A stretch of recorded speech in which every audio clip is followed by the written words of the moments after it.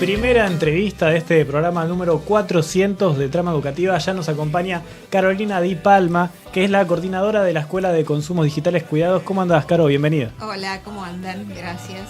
Muchas gracias a vos por venir. ¿Nos podés comenzar describiendo un poco de qué se trata esta Escuela de Consumos Digitales? Sí, es una escuela que trabaja en pactos digitales comunitarios, en acuerdos digitales comunitarios, en territorio, en escuelas, y se investiga en el territorio situado los consumos culturales que interpelan a niños y jóvenes, depende de la franja etaria, se capacita a los equipos directivos, se capacita a los docentes, se hace la investigación de campo situada, como venimos haciendo hace 15 años en diferentes lugares, y a partir de ahí se arma colectivamente un acuerdo sobre cómo usar los dispositivos digitales.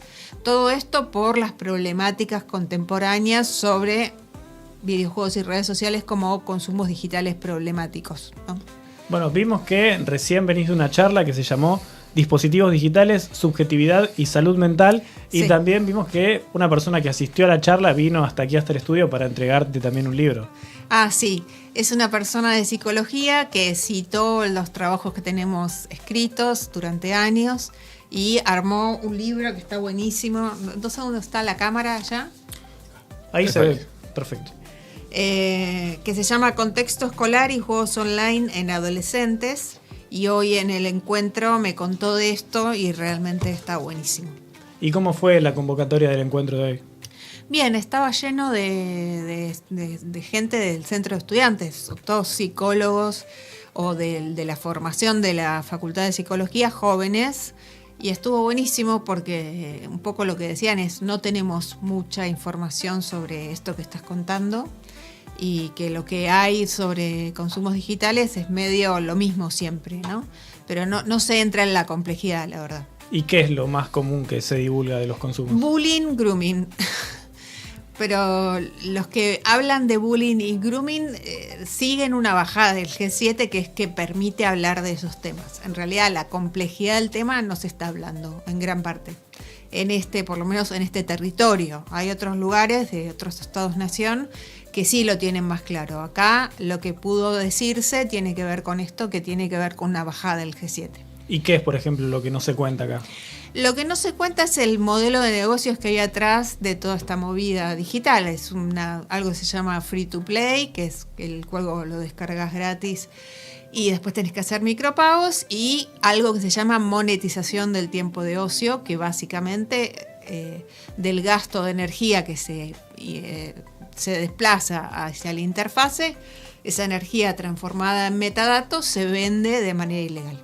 ¿Y cuáles son las maneras para poder llegar a controlar este tipo de actitudes? O bueno, de tener a los chicos, de decir: chicos, bueno, absténganse un poco de poder acceder a estos juegos free to play. Y bueno, como es una manera bastante conocida en este tipo de juegos de realizar transacciones con dinero de vida real para obtener beneficios dentro del juego. ¿Cómo podemos abordar ese problema? Mira, en tanto y en cuanto haya los videojuegos que son los hegemónicos, no es que todas las pantallas o las tecnologías digitales tienen que funcionar igual, ¿no? Hay un montón de casos de videojuegos con otras lógicas, pero los que están siendo hegemónicos y que están sobre plataformas privativas usan tus datos para este modelo de negocios contemporáneo. Entonces, lo que hacemos en la medida que el Estado todavía no regule, como hacen, por ejemplo, en otros lugares del mundo, que es regulan los algoritmos que producen estas adicciones contemporáneas, o que son algoritmos adictivos, y empiezan a regular esa especificidad de todo esto. Lo que se puede hacer es esto de hacer los acuerdos digitales en territorio, porque un poco capacitas. Mucha gente no sabe lo que está pasando, más que el bullying y el grooming. Entonces capacitas a los equipos directivos, pensamos una estrategia educativa desde la institución que pueda apoyar con intervenciones que tienen que ser inventadas una y otra vez, porque no hay recetas para trabajar estos acuerdos. En esas intervenciones, bueno, entonces después de la capacitación de los equipos directivos se habla con las familias, se habla con los chicos y chicas, igual se hacen las investigaciones previas. y se les pregunta también qué usos y apropiaciones hacen de esos consumos, porque ahí entra en la complejidad la situación de consumo digital, ¿no? Que hay situaciones de violencia en las familias, que hay precarización de la vida adulta y un montón de cosas que afectan también que estén ahí adentro. ¿El primer paso sería hablar con los directivos o con los alumnos? Con los directivos. Y hacemos al mismo tiempo las investigaciones de campo para entender, esto es importante saberlo, los videojuegos y las redes sociales que son privativas ofrecen horizontes de interpelación y valores. Son portadores de representaciones. Entonces tienen discursivamente una disputa por un sentido común que se instala en la virtualidad como normal, pero que no tiene nada que ver con el sentido común moderno, ¿no? Que no tiene nada que ver y entra en conflicto. Y por eso todas las cuestiones, más allá de que se narra diferente, no se narra lineal, sino que se narra no lineal, no hay conectores, hay imágenes. Entonces después es difícil, que no es que no escriben y no hablan, sino que escriben y hablan con diferentes lenguajes. Y hace unas semanas estuvo bastante viral el tema de que dentro del municipio se aprobó una ordenanza de la cual se restringía el uso de los celulares dentro de los colegios municipales. Claro. ¿Vos cómo creés que esto podría llegar a afectar al hecho de concientizar a los estudiantes y bueno, de poder aproximarse a los directivos de los colegios? Mira, la realidad es que el primer paso es regular este uso en las escuelas, porque la atención dispersa no existe dentro de las pantallas, es funcional a las pantallas, ¿no? Porque vos necesitas prestar atención y en todo momento y volver a jugar y volver a conectarte. Ahora, una cosa es la regulación, que me parece que está bien de alguna manera porque esto es bien biopolítico, apunta a la especie, a tu vida sin protección del sistema jurídico primero. Entonces después viene la palabra y viene la cultura, pero después ya no puede volver de esa situación que genera en la especie, ¿no? Ahora después podemos contar cómo funciona. Pero de alguna manera está bien. Después hay que entender cuál es la lógica de todo esto, y eso es importante que los directivos, los profesores lo sepan y sobre todo conozcan qué horizontes de interpelación proponen, porque eso se transforma como lo normal de la cultura en infancias y juventudes, pasa en general. Entonces es importante porque todo eso entra en conflicto con todo lo que pudimos legitimar del sistema de derecho y de los estados soberanos vinculados a un sistema de derecho de nación. Vimos que hicieron varios de estos pactos en diferentes escuelas de acá de la ciudad y también de Buenos Aires. Sí. ¿Cuáles son los principales juegos que vos decís que son conflictivos actualmente entre los más jóvenes? Mira, no hay uno, pero Son sí varios. te puedo decir que en diferentes franjas etarias encontramos que todos están jugando, desde la primera infancia hasta la adolescente del ingreso, Free Fire. Ese es uno de los juegos que la lógica de interpelación tiene que ver con jugar a la guerra, con el poder de mando, con sobrevivir último, ¿no? Sí. O sea, matás al equipo contrario, pero después tenés que sobrevivir vos solo. Y hay una lógica de el daño y la crueldad de la guerra, ¿no? Más allá de que ese avatar no siente dolor, que es el gran problema de cuando después se naturaliza eso, lo pasen a la vida offline y generen un montón de violencias donde desde nuestro punto de vista no hay registro de que eso puede provocar dolor. En la virtualidad vos jugás a eso, pero podés sobrevivir, podés recargar la vida y no hay un daño sobre el otro avatar. El avatar no siente nada, ni yo que lo produzco como avatar, porque estoy jugando a través de un avatar, ni el avatar matado, que tampoco sufre, ¿no? Pero hay toda una instalación de que eso es lo normal. Ese es uno de los que me llama la atención, que lo jueguen todas las franjas etarias, pero después están Valorant, Call of Duty, GTA, Fortnite, exacto. Que Among todos Us. siguen la misma lógica del Free Fire. Exacto. Y de hecho, Minecraft, que muchos papás y mamás consideran Sí. que bueno, pero juega de modo creativo, Minecraft introdujo dentro de Minecraft el modo competencia, supervivencia. que es lo mismo, ¿no? Brain Road, Roblox tiene un montón de juegos que tienen que ver con estas lógicas, y de hecho los juegos que están jugando chicos y chicas, que nosotros preguntamos qué de Roblox, porque Roblox es enorme, los juegos que juegan son más o menos los mismos. Sí, me acuerdo que en Roblox sacaron en un momento una versión del juego del calamar. Sí. Es que muchos juegos, 99 Noches, Survival, etcétera, dentro de Roblox tienen esta lógica que está instalada en los videojuegos hegemónicos desde el 2019, que el videojuego anula la posibilidad de pausar el juego. Y a partir de ahí, esto de la guerra se hace no contra un equipo, sino contra todos. Y yo gano si sobrevivo último. Y aprovechando que estamos hablando de este juego tan conocido del Roblox, durante esta semana se hizo noticia de que varias políticas se han tomado con referencia al juego para priorizar, en vez de los juegos que generan ganancias, porque dentro del juego se pueden comprar la moneda virtual, Claro. Se empezó a priorizar la estadía de los jugadores dentro de un mismo juego antes de la ganancia que puede llegar a generar esto.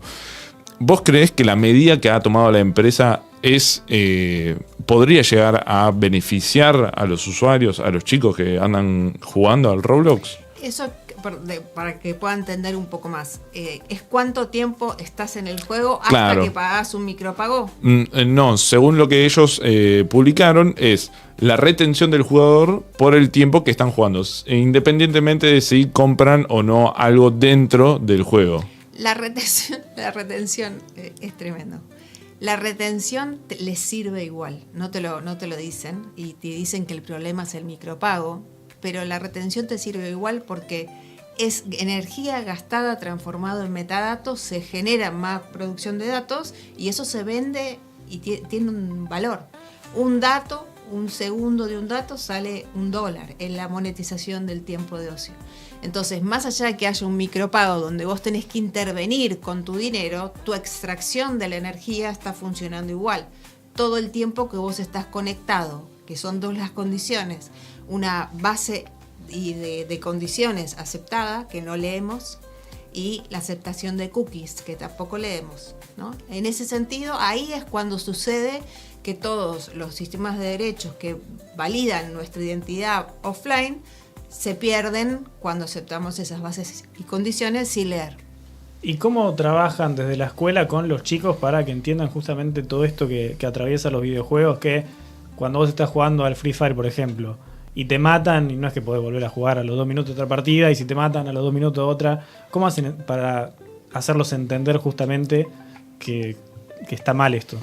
Mira, en cada escuela dependen los saberes previos, se arman las posibles acciones de intervención. En principio, desviar las lógicas ya es un montón. Ese desvío quiere decir que profesores, equipos directivos y familias entiendan qué está pasando dentro del videojuego. Pasa mucho que los adultos cuidadores no tienen idea qué hacen en los juegos y dicen, bueno, está más seguro mi hijo en el juego que por fuera, ¿no? O si sale a la calle. Bueno, no es real eso. Y una de las preguntas que hay que hacer para todo el equipo docente y las familias es que entiendan dónde están, qué proponen, qué dinámicas tienen, etc. Cuando sabes un poquito más, empezás a encontrar esto que genera las adicciones sin sustancias actuales, que son los mecanismos de recompensa y gratificación instantánea que están dentro de la trama del juego. No es que aparece un banner que te dice, ojo, publicidad, mecanismo de recompensa. Es parte del juego. Y los mecanismos de recompensa y gratificación instantánea, que son todas estas recompensas que vas entrando, estás buscando y que vas entrando por eso y que volvés por eso, que son aleatorias, ¿no? No son seguras, generan esta cuestión, pero no te das cuenta porque estás en el juego, estás en la trama del juego. Y otra cosa que también es compleja y que es interesante pensarla es la simulación virtual. Cuando yo juego en primera persona, si armo mi avatar. Y esa primera persona transforma un montón los procesos de subjetivación y se ve un montón en el campo que es difícil para los chicos, chicas y adolescentes diferenciar un poco qué es real y qué es simulado. De hecho, las respuestas de las preguntas en profundidad, los chicos y las chicas dicen, yo estoy en Minecraft. No es que juego a un personaje, ¿no? Y después entro y salgo. Estoy acá, habito esto, esos que están ahí son mis amigos, y se empieza a hablar de esa manera. Pero esto genera la consecuencia de tener bastante confusión entre lo que es simulado y lo que es real. Y para aquellos padres que nos están escuchando, ¿qué juegos vos dirías que hay que prestar atención si sus hijos están jugando, por ejemplo, el Free Fire, el Fortnite? Juegos de deportes como el FIFA, el NBA. Mira, qué lástima porque tengo un documento que después si quieren lo pueden subir. Están todos los videojuegos hegemónicos que salen en el campo de trabajo de investigación, que son los mismos que se repiten bastante en las diferentes franjas etarias, tienen mecanismos de recompensa y gratificación instantánea y tienen de común también el horizonte de jugar a la guerra, ¿no? O sea, lo común es sobrevivir último, jugar a la guerra y que tengan mecanismos de recompensa y gratificación instantánea que también tienen que ver con los micropagos y con este modelo de negocios básico que es el free to play, ¿no? La descarga gratuita para después tener que avanzar con diferentes cuestiones. Pero en cada videojuego actual tiene esto, y esto es, déjame que me acuerde, Valorant. Dentro de Roblox está 99 Noches, está Survival, está Adopt Me, está Brainroad dentro de Roblox, ¿no? La trama de Brainroad es locura, ¿no? Yo te voy a robar lo que sea y te doy con un palo para sacarte estos Brainroad. Bueno, en todos los juegos contemporáneos, inclusive en FIFA, ¿no? Todos tienen esta misma dinámica de micropagos y de mecanismos de recompensa para pasar de nivel e ir consiguiendo recompensas que son de satisfacción instantánea, ¿no? Te puedo decir un montón de nombres, si quieren después lo podemos poner. Tenemos un cuadro que especifica los mecanismos de recompensa y cada una de estas situaciones en cada videojuego. O sea, ustedes pueden ir, buscar el juego que están jugando los chicos, leer el horizonte de interpelación para que se entienda de qué va el juego y ver lo que tiene adicional. Y hablando también de los juegos, me surgió la pregunta sobre cómo es que abordan ustedes todo lo que tiene que ver con el tema de las apuestas virtuales, justamente el juego virtual. ¿Cómo es que lo ven ustedes? ¿Cómo lo analizan en las escuelas? Mira, lo que pasa es que la trayectoria del juego digital desde la primera infancia tiene las mismas mecánicas de juego y tiene las mismas mecánicas adictivas de juego que la apuesta online. Entonces, cuando nosotros venimos investigando esto hace 15 años, lo vimos en el 2009-2010 y empezamos a escuchar que los chicos y chicas decían, me quedé dormido en la escuela, y ¿cuál era el motivo? Había pasado toda la noche jugando niveles de Fortnite, ¿no? Esto fue el inicio. O te decían, esto es un vicio, no puedo salir. Y sin saber nada todavía de lo que estaba pasando. La realidad es que toda esa trayectoria del juego digital hizo muy factible y muy fácil llegar a la apuesta online. Que eso lo venimos trabajando en todos los equipos regionales que venimos capacitando en salud mental y educación. ¿Por qué? Porque desde el primer juego de la primera infancia las dinámicas te van alfabetizando hacia esas mecánicas de juego con estos mecanismos internos. Y esta concesión con los metadatos, etcétera, que complejiza la situación. Entonces, llegar a la apuesta online es un poco, en realidad, no ocuparse solo de la apuesta online, sino de ocuparse de estas trayectorias de videojuegos digitales que tienen estos mecanismos intrínsecos, más allá de que haya plata real después, o haya una recompensa o una moneda de juego, que es más o menos lo mismo. La práctica de gastar energía y que esa energía se vaya en metadato, ¿no? Que se transforme en metadato, es la misma. ¿Y cómo cambiaron los consumos digitales después de la pandemia? Porque me imagino que estando en la escuela los chicos durante 5, 6, 7 horas estaban alejados del celular, de la Play, de la compu. ¿Cómo cambió eso con la pandemia, con las clases de Zoom? Mira, el videojuego anula la posibilidad de pausar el juego en el 2019. Y en el 2019, el 2020, nosotros teníamos objetivo de apagón analógico. que lo tienen todos los Estados-nación. O sea, esto no es que nos afectó a nosotros ni que nos afecta a nosotros. Afecta a todos los estados nacionales de Occidente, por lo menos, ¿no? Rusia y China ya hacen otras cosas con esto. No es que lo liberan, sino que se hacen cargo de esto como Estado-nación. Esto pasó al mismo tiempo, entonces no nos dieron chance de poder elegir si queríamos digitalizarnos o no. Pero todo sucede al mismo tiempo. Se empieza a anular la posibilidad de jugar, de pausar el juego, y las tramas cambian en el sentido de sobrevivir último. Más no te puedo decir porque sería una cosa muy determinista, pero digo, pasa todo al mismo tiempo, entonces bueno, es más fácil, ¿no?, que esto se introduzca en la vida cotidiana, que se legitime desde el uso. Y para aquellas personas interesadas en comunicarse con la Escuela de Consumos Digitales Cuidados, ¿a dónde pueden escribir? ¿A Instagram, a WhatsApp? Instagram, WhatsApp, y la página web se llama Escuela de Consumos Digitales Cuidados. Entran y nos convocan y podemos ir a la escuela y charlar. ¿Y qué otros cursos ofrecen además de los pactos digitales? Ofrecemos muchísimos cursos de formación que tienen que ver con distinguir cada videojuego, de qué va, con los mecanismos de recompensa y las tramas de interpelación.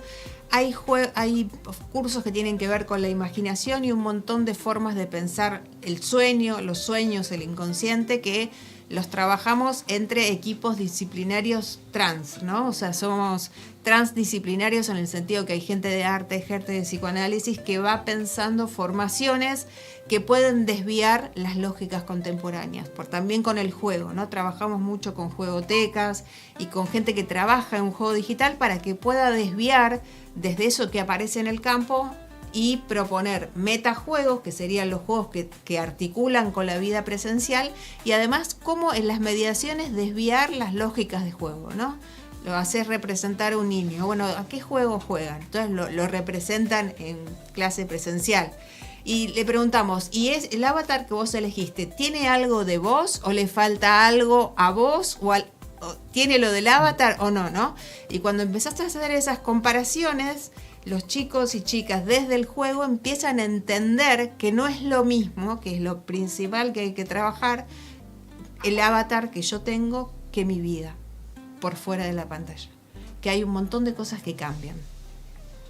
Perfecto, bueno, estábamos hablando con Carolina Di Palma, que es la coordinadora de la Escuela de Consumos Digitales Cuidados. Muchas gracias por venir a Trama Educativa. Gracias a ustedes. Nos vamos a una breve pausa y enseguida volvemos con más.